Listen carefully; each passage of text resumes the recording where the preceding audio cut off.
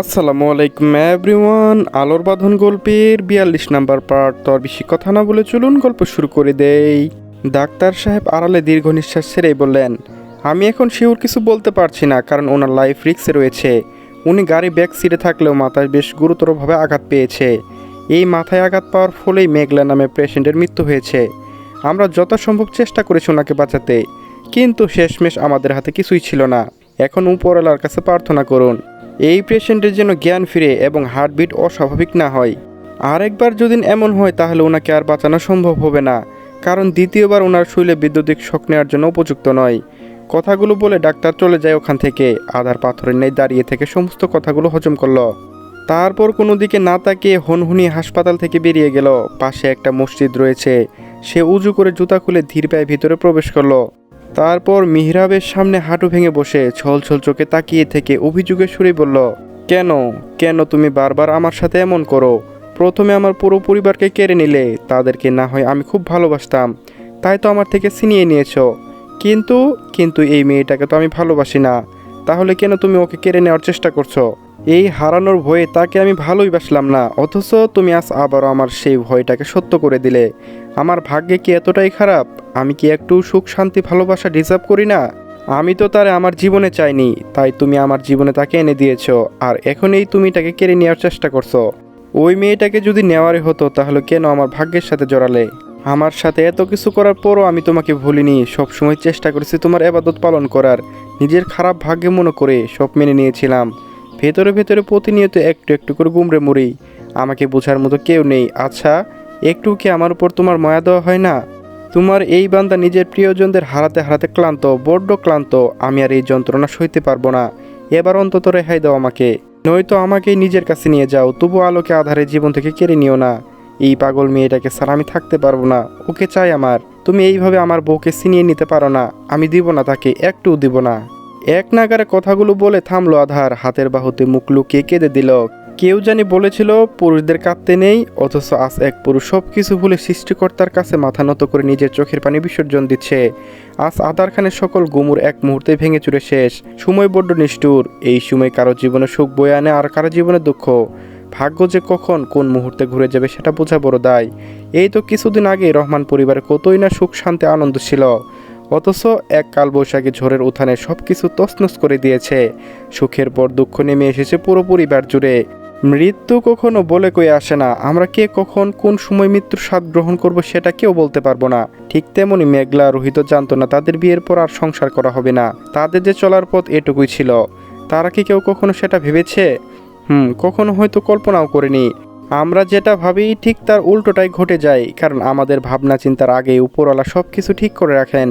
উনি তো এই দুনিয়ার মালিক, আর আমরা শুধু এই সুন্দর পৃথিবীতে অতিথি, তাও ক্ষণিকের জন্য।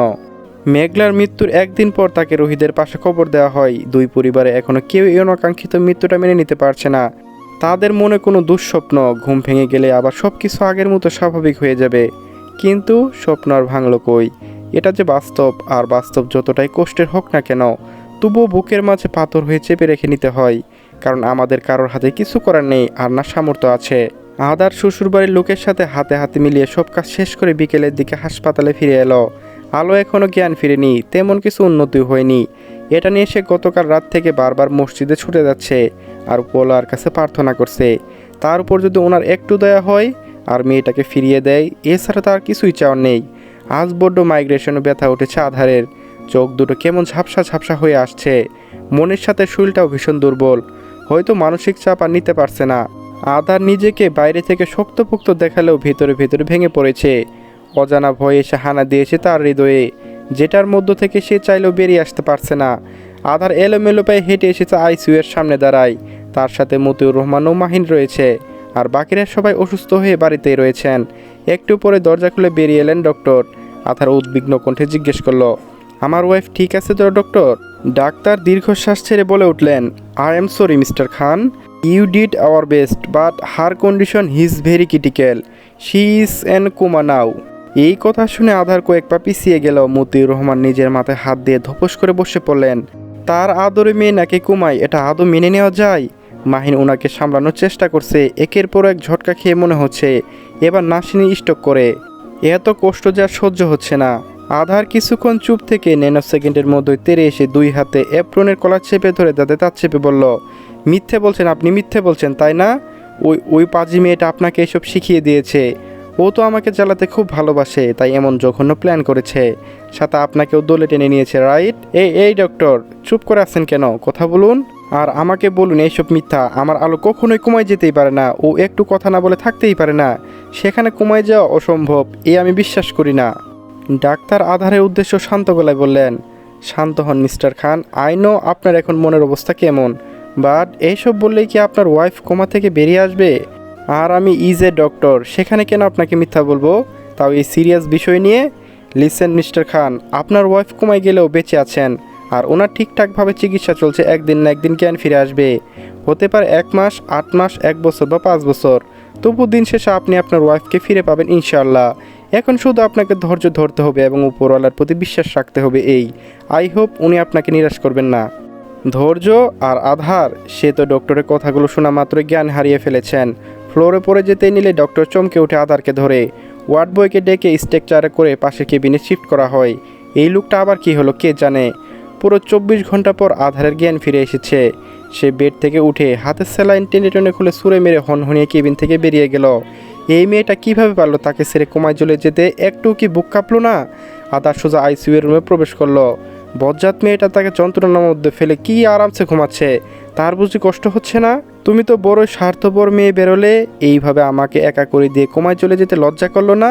আরে তোমাকে তো একটু করে থাকতে বলেছিলাম, তাই তো এত দূরে সরে যেতে বলিনি। আধার কথাগুলো বলে আলোর পাশে বসলো। এক দৃষ্টিতে মেয়েটার দিকে তাকিয়ে রইল, তারপর আলতো করে মেয়েটার ডান হাত ধরে নিজের গালে ঠিকিয়ে ফিসফিসিয়ে উঠল, কেন করলে এমনটা মিসেস খান? আমি কখন কার সাথে ঝগড়া, দুষ্টুমি, রাগান্বিত করব? কার চুল, জামা কাপড় ধরে টানাটানি করব? কাকে বকাবকি কথা শোনাবো? কে আমাকে রেঁধে খাওয়াবে, যত্ন করবে? রাত হলে এখন কে আমার ঘুমের সুযোগ নিয়ে বুকের মাঝে এসে শুয়ে থাকবে? এই আমিটাকে কে হুটহাট করে ছুঁয়ে দিবে? আমার মাইগ্রেশনে ব্যথা উঠলে মেসেজ করে দিবে কে? আর আমি কুলে মাথা রাখবো কার? নিজের মাকে হারানোর পর এই তোমার কোলে মাথা রেখেছি, সাথে তোমার বুকেও। অথচ আজ থেকে তুমি আমার কাছাকাছি থেকেও থাকলে বহু দূরে। এই দূরত্ব মেনে নিতে যে বড্ড কষ্ট হচ্ছে মিস কালো। আলো, আমার আলো। আধার আনমনে হাসলো, উঠে এসে মেয়েটার দিকে ঝুঁকে কপালে ছুঁয়ে দিয়ে বলল, সরি, আমি খুব সরি, আর কখনো তোমাকে হার্ট করব না। তুমি শুধু এই পচা আমিটাকে কাছে একবার ফিরে এসো। আমি কথা দিচ্ছি কখনো তোমার মনে কষ্ট দেব না, তবুও তুমি ফিরে এসো। অপর প্রান্ত থেকে কোনো সারা শব্দ এলো না। আধারে এক চোখ থেকে টুপ করে অস্ত্র গড়িয়ে পড়লো মেয়েটার চোখের পাতায়। আধার আলতো হাতে পানি মুছে দিয়ে বন্ধ 2 চোখের পাতা চুমু খেয়ে ফিসফিসিয়ে উঠল, সমস্যা নেই, আমি তোমার জন্য সারা জীবন অপেক্ষা করব। তবুও দিন শেষে এই তোমাকেই চাই আমার, শুধু তোমাকেই। একটু থেমে পুনরায় আওড়ালো, তোমার সব দুঃখ কষ্ট আমার হোক। আলোকে অন্য প্রাইভেট হাসপাতালে শিফট করা হয়েছে, এখান থেকে মেয়েটার সব চিকিৎসা চলবে। আধার চাইনি আলো তার থেকে দূরে থাক, তাই তো সবাইকে বুঝিয়ে বুঝিয়ে নিজে এলাকায় নিয়ে এসেছে, যাতে তার যাওয়া আসা কোনো সমস্যা না হয়। আর সে অহেতুক সময় নষ্ট করতে চায় না। পারলে খানবাড়িতে নিজের বেডে এনে রাখতে চায় মেয়েটাকে। আধার সব কিছু ঠিকঠাক করে বাড়ি ফিরে এলো। আজ কটা দিন ধরে বাড়িতে আসেনি, আন্না ভার্সিটিতে গিয়েছে। অবশ্য নিজের সমস্যার কথা জানিয়েছে। সুবাহান খান নাতিবুর এমন পরিস্থিতির কথা শুনে তিনিও অসুস্থ হয়ে পড়েন। হাসি খুশি একটা মেয়ে কী থেকে কী হয়ে গেল। বাড়িতে ফিরে আধার সোজা নিজের রুমে চলে যায়। তার কেন জানি নিজের উপরে ভীষণ রাগ হচ্ছে। সে যদি ওই দিন মেয়েটাকে না রেখে আসতো, তাহলে হয়তো এখন এই দিনটা দেখতে হতো না তাকে। নিজের একটা ভুলের জন্য সব শেষ। রুমের ভিতরে পা রাখতে আধারের বুকের ভেতরটা মোচড় দিয়ে ওঠে। চোখের সামনে তাদের কাটানো দৃশ্যগুলো ফুটে উঠল। ওই তো সোফায় তার কোলে বসে থেকে সেদিন চুমু খেয়েছে মেয়েটা, অথচ সে বিরক্ত হয়েছিল। মেয়েটা যতবার কাছে এসেছে ঠিক ততবারই সে দূরে সরিয়ে দিয়েছে। আর আজ যখন মেয়েটা সত্যি সত্যি তার থেকে বহু দূরে, তখন বুক ফেটে যাচ্ছে। আধার লম্বা শ্বাস নিয়ে ভিতরে এসে আলমারি খুলে আলোর একটা ওড়না বের করলো। তারপর ওইটা হাতে নিয়ে বিছানায় বসে নাক মুখ ডুবিয়ে ঘ্রাণ নিল। মেয়েটা তার কাছে না থেকে পুরো অস্তিত্ব রেখে গিয়েছে এই পুরো রুম জুড়ে।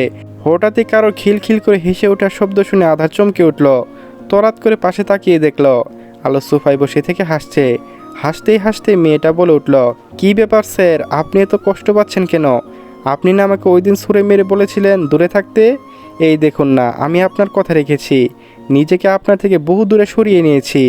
এখন তো খুশি আপনার ডান্স করার কথা, কারণ আপনাকে কেউ বিরক্ত করবে না, না জ্বালাবে, সাথে চুমু খাবে না। এই পাগল আমিটাকে সাথে সংসার করতে হবে না, আর দায়িত্ব পালন করতে হবে না। অবশেষে আপনি মুক্ত, এখন আলোবিহীন সুখে শান্তিতে থাকুন। বলেই হাসতে হাসতে অদৃশ্য হয়ে গেল মেয়েটা। আদার ছুটে এসে চিৎকার করে বলল, প্লিজ আলো, আমাকে ছেড়ে যেও না। আমি তুমি বিহীন কিছুতেই থাকতে পারবো না। আমি আর কখনো বলবো না তোমাকে দূরে যেতে। আমি মুক্তি চাই না মিসেস খান, একটুও চাই না, শুধু তোমাকে চাই। কথাগুলো বলতে বলতে হাঁটু ভেঙে ফ্লোরে বসে পড়লো আধার। তখন ওই রাত দরজার চৌকাটে হেলান দিয়ে তাচ্ছিল সুরে বলল, আমার থেকে আলোকে কেড়ে নিয়েছো তুমি, আর তোমার থেকে কেড়ে নিয়েছে উপরওয়ালা। ব্যাপারটা দারুণ ব্রো। রাতের কথা যেন আগুনে ঘি ঢালা মতো কাজ করলো। বউয়ের সুখ এমনিতে আধারে মাথা ঠিক নেই, তার উপর ছেলেটা এমন কথা শুনে নিজেরা কন্ট্রোল করতে পারলো না। চোখের পলকে আধার তেরে এসে রাতের নাক মুখ ঘুষি মেরে দিল। শার্টের কলা খামচে ধরে গর্জে উঠল, ওই মেয়েটা কখনো তোর ছিল না, ও আমার বউ, আমার সব কিছু। শুনেছিস তুই?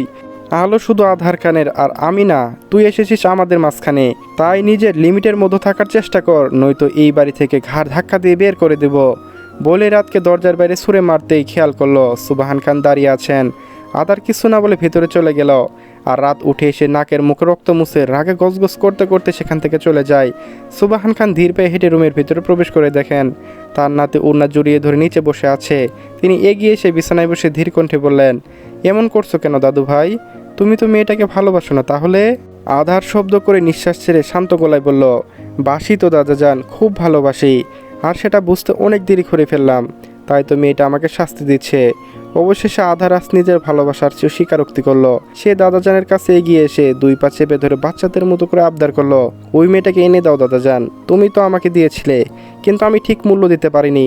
কিন্তু এখন আমি প্রমিস করছি, মেয়েটাকে একটু অবহেলা করব না, ওকে আমার ভালোবাসার চাদরে মুড়িয়ে রাখবো। তবু তুমি আমার বউকে এনে দাও। ও দাদাজান, তুমি চুপ করে আছো কেন? আমি যখন চাইনি তখন হুট করে এনে দিয়েছো, আর এখন এত করে চাচ্ছি তবু তুমি নিশ্চুপ। সুবাহান খানের বুকটা ফেটে যাচ্ছে। কোনো মতো নিজের চোখের পানি আটকে রেখে ধরা গলায় বললেন, তুমি নিজের অনুভূতি থেকে পালাতে চেয়েছিলে, কিন্তু আজ দেখো সেই তুমি নিজের ভালোবাসার কথা স্বীকার করছো।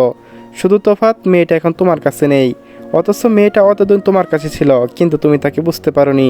সারাক্ষণ দূর দূর করেছো। কথায় আছে না, কেউ সহজে কিছু পেয়ে গেলে সেটার মূল্য দিতে জানে না, ঠিক তেমন তুমি। আজ মেয়েটার অস্তিত্বকে হারিয়ে তুমি নিজের ভালোবাসা উপলব্ধি করতে পেরেছো। আর যদি এমনটা নাই হতো তাহলে তুমি কখনোই ভালোবাসা স্বীকার করতে না, কারণ আদার খান মস্কাবে তবু ভাঙবে না, কিন্তু আজ তোমাকে ভাঙতেই হলো, তাও খুব বাজেভাবে। কথাগুলো বলে সুবাহান খান চলে গেলেন। আদার দীর্ঘ নিঃশ্বাস ছেড়ে ফ্লোরের মাঝে শুয়ে পড়ল। সে যেটা থেকে এতদিন পালিয়ে বেরিয়েছিল, আজ পরিস্থিতি সেটার মধ্যে তাকে বন্দি করে দিয়েছে। সে এখন চাইলেও আর এই ভালোবাসা নামক ধ্বংসের মাঝ থেকে নিজেকে সরিয়ে নিতে পারবে না, কারণ সে নিজের এই শেষটা দেখতে চায়। দিন শেষে যদি তাকে ধ্বংসই হতে হয়, তাহলে সে ভালোবেসেই না হয় ধ্বংস হবে, তবু সে ভালোবাসবে। চলবে গাইস, পরবর্তী পার্টও আপলোড দেওয়া হয়ে গেছে, সবাই দেখে নিন। লিঙ্ক আমার এই video description box, first comment এবং স্ক্রিনে ভিজিট পেয়ে সেখানেও ক্লিক করে দেখে নিতে পারেন। ধন্যবাদ সবাইকে।